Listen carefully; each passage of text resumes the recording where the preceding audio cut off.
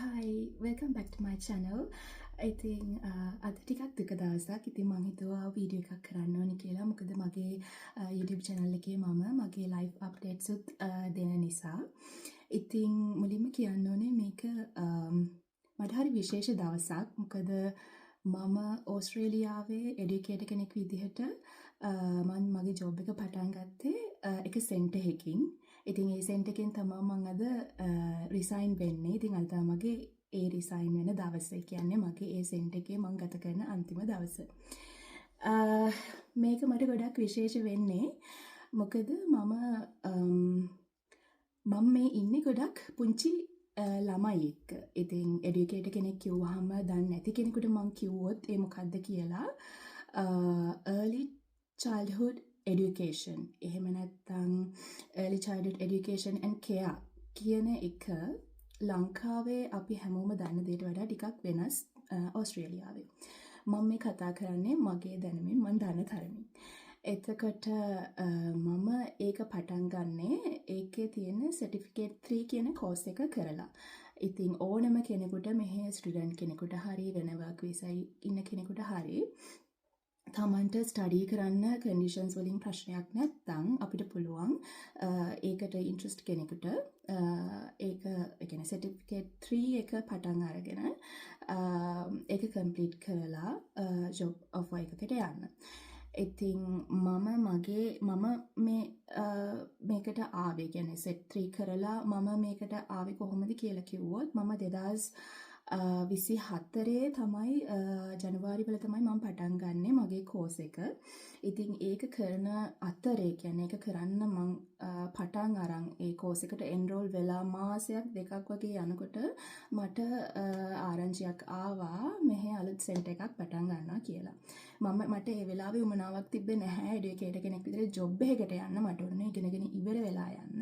නමුත් ඒ වෙලාවේ මට ලැබිච්ච ආරංචියත් එක්ක මම නිකමට ඒගොල්ලන්ව කන්ටැක්ට් කරා. ඒගොල්ලන්ගේ වෙබ්සයිට් එක through මම කරේ වෙබ්සයිට් එකට මැසේජ් එකක් දාපු එක මම ඉන්ට්‍රස්ට් කියලා මම මේ සෙට් 3 පටන් අරන් ඉන්නේ කියලා. ඉතින් ඒකම මට එදා දවස ඇතුළත මට ඒකට රිප්ලයි එකක් ආවා next Monday interview කෝල් කරලා. ඉතින් මම හරිම ආසාවෙන් ඒ මගේ ෆස්ට් ඉන්ටර්විව් එක එඩියුකේටර් කෙනෙක් විදිහට මම යන්න හදන. මම හරිම ආසාවෙන් ගියා සහ ඒගොල්ලෝ හරිම ෆ්‍රෙන්ඩ්ලි. මෙහෙ කිසිම මන්නම් ෆේස් කරපු කිසිම ඉන්ටර්විව් එකක මට කිසිම බයක් කිසිම චකිතයක් කිසිම දෙයක් නර්වස් නැහැ මම. මොකද ගිය ගමන් මේගොල්ලෝ මාර ෆ්‍රෙන්ඩ්ලි. ගිය ගමන් මේගොල්ලෝ මගේ ඒ දවස්වල ඒ සෙන්ටර් එක හදන ගමන් තිබ්බේ කන්ස්ට්‍රක්ෂන් යනවා. ගොඩක් දුරට ඉවරයි. ඉතින් ඒක වටේම මාව ඒගොල්ලෝ එක්කන් ගියා. මට හරි ආසයි තුන මොකද ඒක අලුත් සෙන්ටර් එකක්, ගොඩක් ලොකු එකක්. උඩ ස්පෝර්ට්ස් ස්ටේඩියම් ඊළඟට බයික් ට්‍රැක් ඒවට යනකොට අර රූම්ස් වලට යනකොට මාරම ලස්සනයි. පුංචි ළමයි ගැවසෙන තැනක් ඒගොල්ලන්ගේ සෙල්ලම්බර තියෙනවා. ලොකු ආරණත් ගොඩක් දේවල් තියෙනවා. හරිම ආසයි ඒක බලද්දි. ඊට පස්සේ තමයි එයා මාව ඉන්ටර්විව් කරේ. එතකොට මමයි ඒ ඉන්ටර්විව්වයි අතර ලොකු කනෙක්ෂන් එකක් හැදිලා ඉවරයි. එයා තමයි සෙන්ටර් ඩිරෙක්ටර්. ඉතින් එතනින් පස්සේ ඒගොල්ලෝ ඒක ස්ටාර්ට් කරන්නේ මාර්ච් වල කියලා කිව්වා. මාර්ච් වලම මට ඊට පස්සේ ඒගොල්ලෝ මාව ගන්න හැපි කියලා. ඉතින් මාව ජොබ් එකට අරගත්තා. අරගන්නකොට මට කිසිම අයිඩියා එකක් තිබ්බේ නැහැ. මොකද්ද මේ එඩියුකේටර් කෙනෙක් විදිහට කරන්නේ? මම පුංචි ළමයි එක්ක පුංචි ළමයික එන්ගේජ් වෙලා තියෙනවා මම ලංකාවේ ඉද්දී. නමුත් මෙහෙ කොහොමද මේ ප්‍රොසීඩියර්ස් යන්නේ මොනවද කරන්න ඕනේ? මොකද මම කෝස් එකෙත් මොඩියුල් දෙකක් ඇසෙස්මන්ට් දෙකක් වගේ තමයි මම කරලා ඉවර වෙලා තිබ්බේ. ඉතින් මට ලොකු අයිඩියා එකක් තිබ්බේ නැහැ. නමුත් මට ඒ chance එක කොහොම හරි ඒගොල්ලෝ ප්‍රශ්න වලට මම උත්තර දීපු විදිහත් එක්ක වෙන්නේ නැති මට කොහොම හරි ඒ chance එක හම්බ වුණා. මම එතන ඉඳන් මම එක රූම් එකකට මාව දාලා තිබ්බේ නැහැ. හැබැයි මම පුළුවන් තරම් සෙන්ටර් ඩිරෙක්ටර් තමයි මගේ හැමදේම රෙස්පොන්සිබල් පර්සන් හිටියේ. ඉතින් මං එයා through අනිත් හැමෝම එක්ක එකතු වෙලා මම පුංචි දේ ඉඳන් හැමදේම ඉගෙන ගත්තා එතන. දෙයක් තියෙනවනේ අපි දෙකට ආසයි නම් අපි ඒ දේට දේවල් කැප කරනවා නම් අපිට ඒ දේ හරියට කරන්න පුළුවන් කියලා. ඉතින් මං හිතුවා ඉතින් මං මුල්ම කාලේ මම හැම රූම් එකේම හිටියා. උතන රූම් 7 වෙනකන් තිබ්බා 1 to 7. ඉතින් මම හැම රූම් එකකම හිටියා, හැම ළමෙක් එක්කම හිටියා. එඩියුකේටර්ස්ලාත් ඉන්නවා අවුරුදු 10 15 ඊට වඩා එක්ස්පීරියන්ස් තියෙන අය. ඊට ළඟදී පටන් ගත්තා. ගොඩාක් අයගෙන් මම ගොඩාක් දේවල් ඉගෙන ගත්තා. නැපි එක චේන්ජ් කරන්නේ කොහොමද කියලා මම ෆස්ට් ටයිම් ඒගොල්ලන්ගෙන් ඉගෙන ගත්තේ. බොටල් එකක් ප්‍රෙපෙයාර් කරන්නේ කොහොමද කියලා ඉගෙන ගත්තේ. පියුරේ කියන්නේ මොනවද කියලා ඉගෙන ගත්තේ. ඒ හැමදේම මම එතනින් තමයි ඉගෙන ගත්තේ. ඒ නිසා ඒක තාලේ යද්දි මට මාරම දුකයි. මොකද මම බින්දුවේ ඉඳන් ඉගෙන ගත්ත තැන කොහොම හරි අද ඉතින් ඊට පස්සේ මම කොහොම හරි ගිහිල්ලා මාස කීපයක් යනකොට මම ගියේ කැෂුවල් විදිහට. මට කියන්න මතක වුණා මම ගියේ කැෂුවල් එඩියුකේටර් කෙනෙක් විදිහට. මොකද මට මෙහෙ හිස්ටරි එකක් තිබ්බේ නැති නිසා එඩියුකේටර් කෙනෙක් විදිහට. කොහොම හරි ඊට පස්සේ සෙන්ටර් ඩිරෙක්ටර් කිව්වා මම කොහොමද ඉන්ටර්විව් එකේ කිව්වා මම ෆුල් ටයිම් කරන්න කැමතියි කියලා. මම ඒ වෙනකොට වොලිස් පුල්පර්ත් එකේ වැඩ කරගෙන තමයි හිටියේ.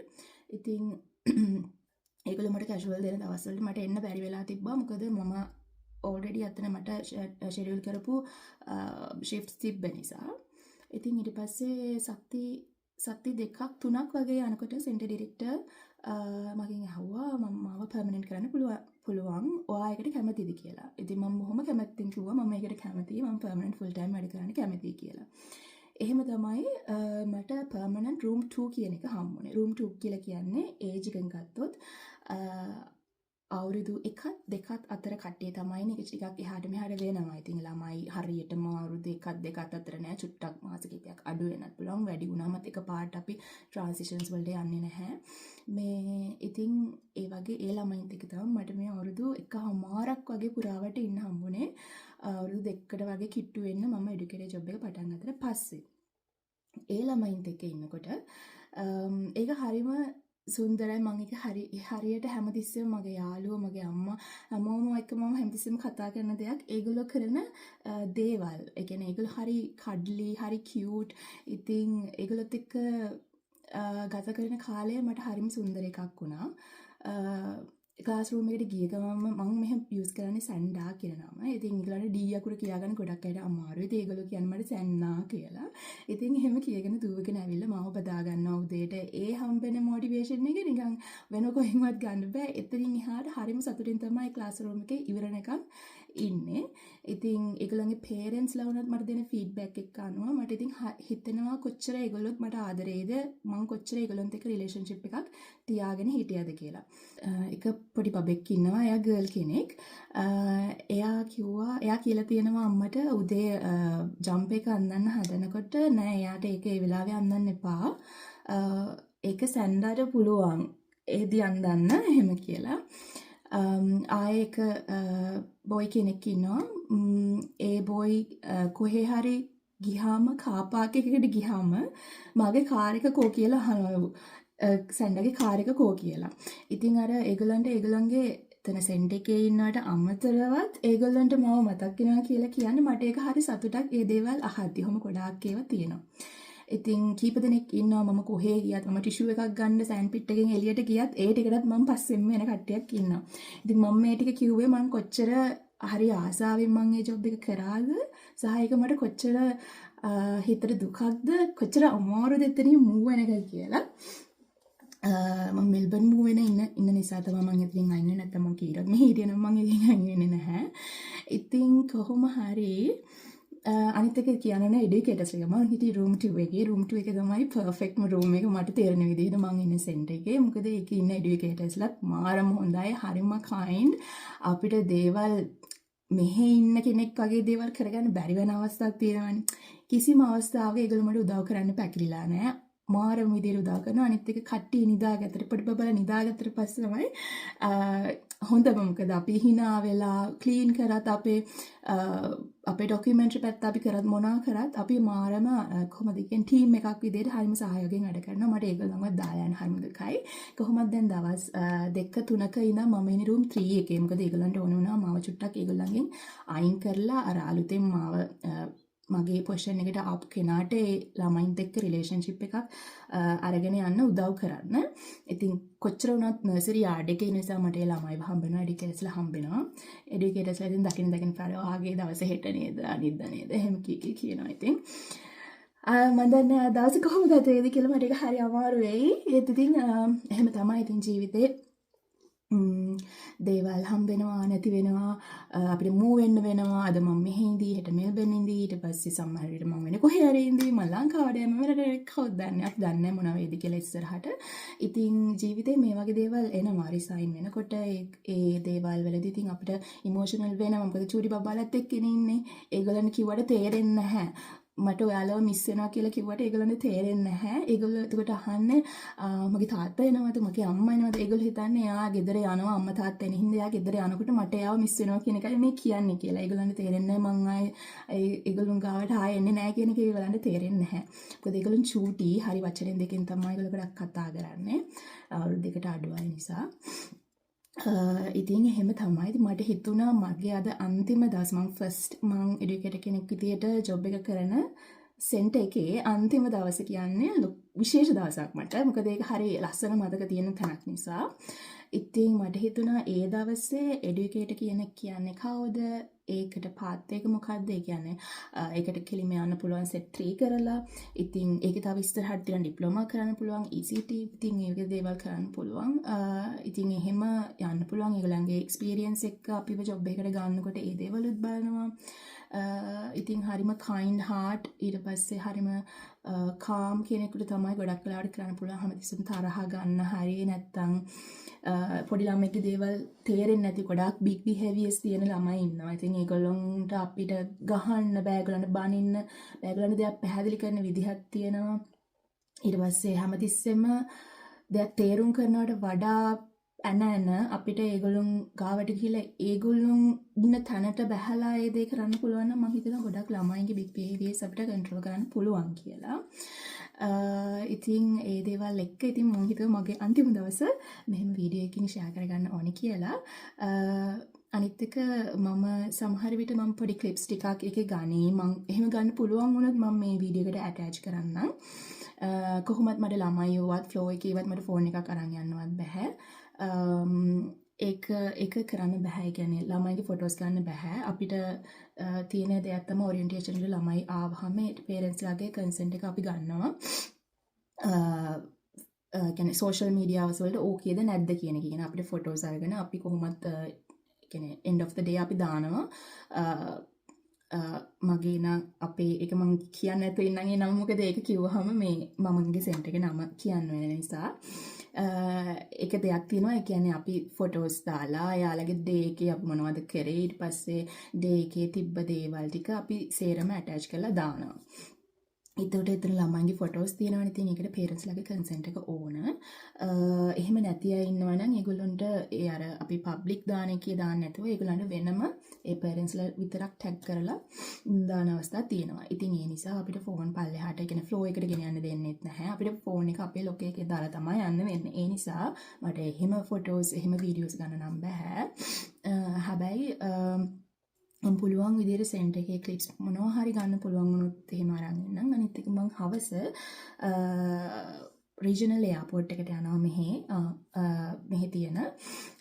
මම ඒකෙත් පුළුවන් නම් ක්ලිප්ස් ටිකක් මම මේකට ඇඩ් කරලා තියන්න.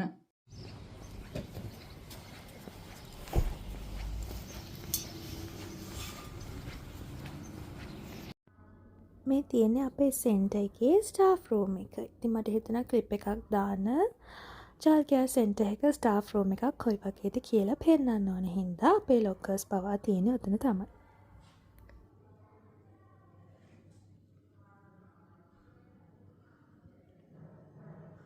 ටී බ්‍රේක් එක වෙලාවේ ස්නැක් එකක් ගත්තා. ඔය විදිහට ඉතින් වැඩ ඉවර වෙලා යන්නේ. මේ තියෙන ඉතින් මගේ පැටව් ටික මට දුන්න ගිෆ්ට්ස්. ඒ වගේම එඩියුකේටර්ස්ලා ඒගොල්ලන්ගේ පේරන්ට්ස්ලා හැමෝම දුන්න චුටි ගිෆ්ට්ස් තියෙනවා. ගොඩක්ම වටින්නේ ඒගොල්ලන්ගේ ඩ්‍රෝවින්ග්ස්. ඉතින් ඔන්න විදිහට තමයි මගේ දවස අද ගත වුණේ. ඉතින් මම මගේ එහෙම අන්තිම දවස තිබිලා දැන් සතියක් වෙනවා.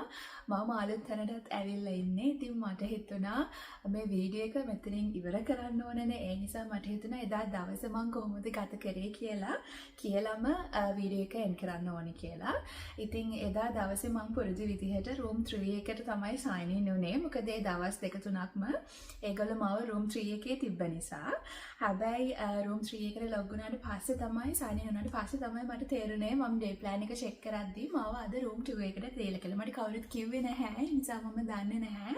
පස්සේ තමයි මම realize කරේ මට room 2 එකේ ඉන්නේ අද ඉන්න තියෙන කියලා. ඉතින් මට හරිම ආස හිතුණා. මොකද මගේ පුරුදු room එක නිසා අන්තිම දවසේ ඉන්න ලැබෙන එක හරිම වටිනවා. ඉතින් හරිම ආසාවෙන් ගිහිල්ලා sign in වෙලා ඉතින් බබාලත් එක්ක ඩිකේටර්ස්ලත් එක්ක එදා දවසේ routines ටික කරගෙන හිටියා. ඉතින් ඒ අතරේ මම හැමතිස්සෙම පොඩි බබාලත් කියනවා මගේ අද අන්තිම දවස ඊට පස්සේ ඩිකේටර්ස්ලත් ඇවිල්ලා මා එක්ක කතා කරනවා. ඉතින් ඒ විදිහට ඊට පස්සේ parentsලත් එනවා. ඒගොල්ලෝ උදේ එන parents ආය හවස එන්නේ නැති නිසා හවස සමහර නෑනි කෙනෙක් ඉන්න නිසා උදේ ඒගොල්ලෝ කතා කරනවා. ඊට පස්සේ ඒගොල්ලෝ gifts ගෙනත් දෙනවා. ගොඩක් වෙලාවට මට එතන වටිනම gift එක විදිහට මම ඒකේ ක්ලිප් එකක් දැම්මා. මට එතන වටිනම gift එක විදිහට තිබ්බේ ඒගොල්ලෝන් ඇඳපු චිත්‍ර. ඒ කියන්නේ චුටි බබාලට තේරෙන්නේ නැහැ මම යන නිසා මේ චිත්‍රය අඳින්නේ කියලා. හැබැයි අම්මලා පුළුවන් තරම් එයාලට තේරුම් කරලා දීලා ඉතින් කොහොම හරි ඒගොල්ලොම චිත්‍ර ඇඳලා ඊට පස්සේ ඒවා කාඩ් විදියට අම්මලා නවලා ඒවයි බබා ලියනවා වගේ ලියලා එහෙම දීලා තිබ්බා. ඉතින් ඒවා හරිම කියුට් කියවදී හරි ආසයි. මගේ සුපර්වයිසර්ස්ලා හැමෝම කිව්වේ ඒගොල්ලන්ව රෙෆරි දාන්න ඊළඟ ජොබ් එක හොයාගන්න රෙකමෙන්ඩේෂන්ස් ස්ට්‍රගල් කරොත් ඒගොල්ලන්ට කෝල් එකක් දෙන්න ජොබ් එකක් හොයාගන්න ඔන්න ඔය විදිහට ගොඩාක් ලොකු දැන් එතනින් මම මූව් වෙනකොට මම දන්නේ නැහැනේ මම මෙතන ඇවිල්ලා මම මොකද කරන්නේ කියලා. ඉතින් ඒ වෙලාවේදී ඒක හිතට ලොකු ශක්තියක් මම මෙතන ඇවිල්ලා මම ස්ට්‍රගල් කරොත් මට මේ වගේ හෙල්ප් එකක් තියෙනවා නේද කියලා. මයින්ඩ් එකේ ඒක වැඩ කරන නිසා ඒක ලොකු හෙල්ප් එකක් වුණා එතනින් මූව් වෙද්දී. ඉතින් ඔන්න ඔය විදියට ලස්සනට එදා දවසත් ගත කරලා එදා දවස් ගොඩාක් හැමතිස්සෙම මං අන්තිම දේ කියන එක ඔළුවේ තියාගන්න try කරනවා. මේක තමයි මගේ මේ දේ අන්තිම දේ. මේක තමයි අන්තිම Thursday. අර ඒ වගේ ඉතින් මතක තියාගන්න try කරන ඉතින් එදා දවසෙත් හැම සිදුවීමම මං හැමතිස්සෙම මේක අන්තිම වතාවට නෙවෙන්න මම මේ බබාව අන්තිම වතාවට නේ හක් කරන්නේ. එහෙම කියලා ඒක හරියට ඒ වෙලාවෙ විඳලා ඒ වෙලාවෙ ලස්සනට ඒ දවස ගත කරා. ඉතින් දැන් ඒක මතකයක් කියලා. මොකද ඒක ඒ දවස් පහුවෙලා දැන් හරියට සතියක් අයියා එනවා මාව එක්කන් යන්න මෙල්බන්. ඒ කියන්නේ තනියෙන් drive කරන්න බෑ. ඒක හරි long drive එකක්. 16ක් 15ක් වගේ තියෙනවා. ඉතින් අපි සිඩ්නි වල නතර වෙලා එහෙම තමයි යන්න හිතන් ඉන්නේ. කොහොම වුණත් තනියෙන් drive කරන එක අමාරු නිසා අයියා එනවා එයාපෝට් එකෙන්. ඉතින් එයාපෝට් එක මට ඉවර වෙන්න වැඩ 4යි කාලට ඉවර වුණේ. ඉතින් 4යි කාලට වැඩ ඉවර වෙලා මම යනවා අයියව ගන්න. අයියාගේ ෆ්ලයිට් එක ලෑන්ඩ් කරන්නේ 4:30ට. කොහොමද එළියටදී බෑග්ස් අරගෙන 4:45 වෙනවා. මම එහෙම තමයි ප්ලෑන් කරලා තිබ්බේ. මට ඇත්තටම 4:45 වගේම වුණා. මොකද අර සේරම ටික ඉවර වෙලා කට්ටියට බායි කියලා එනකොට ටිකක් වෙලා ගියා. ඉතින් මං එනකොට අයියා කොහොම හරි ඇවිල්ලා. ඉතින් මං එතන පොඩි ක්ලිප් එකක් ගත්තා. රීජනල් එයාපෝට් එකට අපිට ඉස්සරහින් යන්න බෑ. මොකද අපි චෙක් ඉන් වෙන්නේ නැහැනේ. අපි නිකන් ගිහිල්ලා අපි පැසෙන්ජර් එක්කන් යන්නේ. ඒ නිසා ඉතින් එතනත් පොඩි ක්ලිප් එකක් මම ගත්තා. ඒකත් මම ඇඩ් කරන්නම් මේකට. ඉතින් මම හිතනවා මේ වීඩියෝ එකෙන් මම මගේ විශේෂම දවසක් මම ෂෙයා කරගත්තේ. ඒ විදිහට තමයි මගේ වැඩ කරන තැන අන්තිම දවසේ මගේ ගත වෙන්නේ. ඉතින් තවත් අලුත් වීඩියෝ එකකින් හම්බෙන්න. ඒක ගිහලා එන්නම්. බයි.